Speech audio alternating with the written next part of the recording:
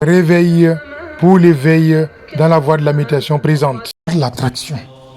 Elle dit que ce que nous voulons, si on le veut vraiment, si on s'y concentre, si on donne tout, Inch'Allah, on finit par manifester la volonté qu'on a travaillé en nous régulièrement. Mais ce que Allah subhanahu wa ta'ala va mettre dessus, c'est quoi? C'est que faut comprendre que nous sommes composés d'âme et de corps. Et l'esprit existe, l'âme existe et l'ego existe. L'ego, c'est lui qui manifeste les envies. Et l'esprit, c'est lui qui représente le cœur de l'âme. Et ainsi, nous devons associer l'intellect au cerveau ou à la matière grise ou à l'intelligence qui est en nous. Donc, l'intellect va se joindre à l'esprit ici dans la tête, et puis le cœur va joindre l'esprit, et puis l'ego va joindre quoi? Va joindre les sens, nos différents sens. Nos différents sens sont guidés par l'ego.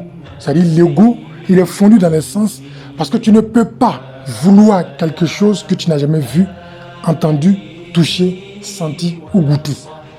Donc l'ego se manifeste à travers nos sens. Donc il donne une envie de voir, une envie de toucher, une envie de sentir, une envie de goûter. Et c'est ça qui va manifester. Dans cette volonté de l'ego, elle va vouloir des choses qui ne sont pas conformes, qui ne vont pas dans le sens de nous permettre d'atteindre notre, ou bien de maintenir ou d'améliorer notre perfection. Ainsi, il va falloir que le cœur soit assez rempli d'amour pour pouvoir calmer l'ego afin de ne pas amener l'intellect à trouver les moyens de satisfaire tout ce que l'ego veut. Donc, les envies viennent par rapport à ce qu'on entend des gens qui vont nous parler des expériences qu'ils ont vécues. On va vouloir les vivre aussi. Donc, tout ce qu'on entend, tout ce qu'on goûte, tout ce qu'on touche nourrit nos égos. Et si on ne fait pas attention, ces égos-là vont vouloir des choses. Et notre esprit qui n'a pas, lui, il n'est que là pour trouver les solutions aux volontés de l'ego, va trouver les volontés de l'ego qui, il pense être le meilleur, qu'il a accepté, que ce soit le bonheur. Et c'est ce qui va faire que nous allons être en train de chercher le bonheur qu'on nous a montré à la télévision, dont on nous a vanté, dont on nous a fait goûter. Nous allons rechercher ça sans rechercher en vérité le réel bonheur. Donc, la manifestation de ce que nous voulons doit être contrôlée. Nous ne pouvons pas vouloir tout. Parce que toutefois qu'on veut quelque chose, elle va siéger dans notre esprit, donc dans le cœur. Et une fois qu'elle siège dans l'esprit, Allah subhanahu wa ta'ala, il dit quoi? Il dit, j'exauce tout ce qui est dans les cœurs.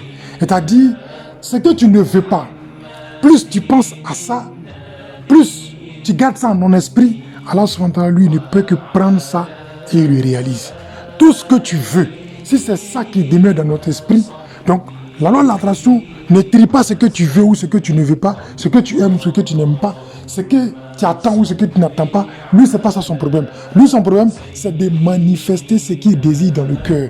Donc Allah subhanahu wa ta'ala, lui, quand il veut réaliser, quand il, dans la journée, il regarde, il veut réaliser les choses pour chacun d'entre nous, il regarde ce que nous avons enfoui, garder en nous, dans nos cœurs. C'est ça qu'il va manifester. Donc toutefois que tu gardes quelque chose dans ton cœur, cette chose finira par se manifester. Alors, il va falloir que tu ne gardes dans ton cœur que ce qui permet à ton édification, ce qui permet à ta perfection, à l'amélioration de ta perfection. Mais tu n'as pas le droit de manifester ou de vouloir quelque chose, parce que toutefois que tu veux quelque chose, elle finira par se manifester dès l'instant où tu le gardes dans ton esprit. Et si tu gardes ça dans ton esprit permanemment, elle finit par se manifester. C'est ça tu attires le bonheur comme le malheur. Allah subhanahu wa ta'ala, il dit, tout ce qui vous arrive de bien comme de mal provient de moi, Allah subhanahu wa ta'ala. Parce qu'en réalité, c'est lui qui permet l'exercice de tout. Mais il dit, tout ce qui vous arrive de bien provient de moi là, mais tout ce qui vous arrive de mal provient de vous. Ce qui veut dire quoi? Ce qu'on engage dans nos esprits, c'est ce qui finit par se manifester. S'il se trouve que nous engageons quelque chose dans notre esprit qui n'est pas ce que lui il veut, il va réaliser ça pour nous. Donc si demain on se trouve malheureux, ce n'est pas lui sa faute, c'est ce que nous avons gardé en nous que lui il a fini par réaliser. Il a mis en marche. Donc il va falloir savoir ce qu'on garde, parce que la loi de l'attraction est une réalité, et une fois qu'on l'a, elle finit par se manifester. Maintenant, qu'est-ce que dit la correspondance? La correspondance dit que tant qu'il n'y a pas d'équilibre à l'intérieur, il ne peut pas avoir de l'équilibre à l'extérieur. Ça veut dire quoi? Ça veut dire que tant que vous n'êtes pas satisfait, vous-même, vous n'êtes pas plein, vous ne pouvez pas sortir autre chose. Parce que qui s'assemble, c'est ressemble. Toutefois que tu n'es pas en train de chercher quelqu'un ou avec des personnes ou avec des gens qui sont capables de t'aider à maintenir. Donc, tant que tu n'as pas nourri pour que tu puisses correspondre à ce que Allah subhanahu wa ta'ala veut, pour que tu puisses correspondre à ce que Dieu attend de toi comme volonté, il va falloir que d'abord, à l'intérieur, ton état d'esprit corresponde à ça. C'est-à-dire, Allah subhanahu wa ta'ala dans le Coran, oh vous qui avez cru, craignez Dieu et demeurez avec les véridiques. Ça veut dire quoi?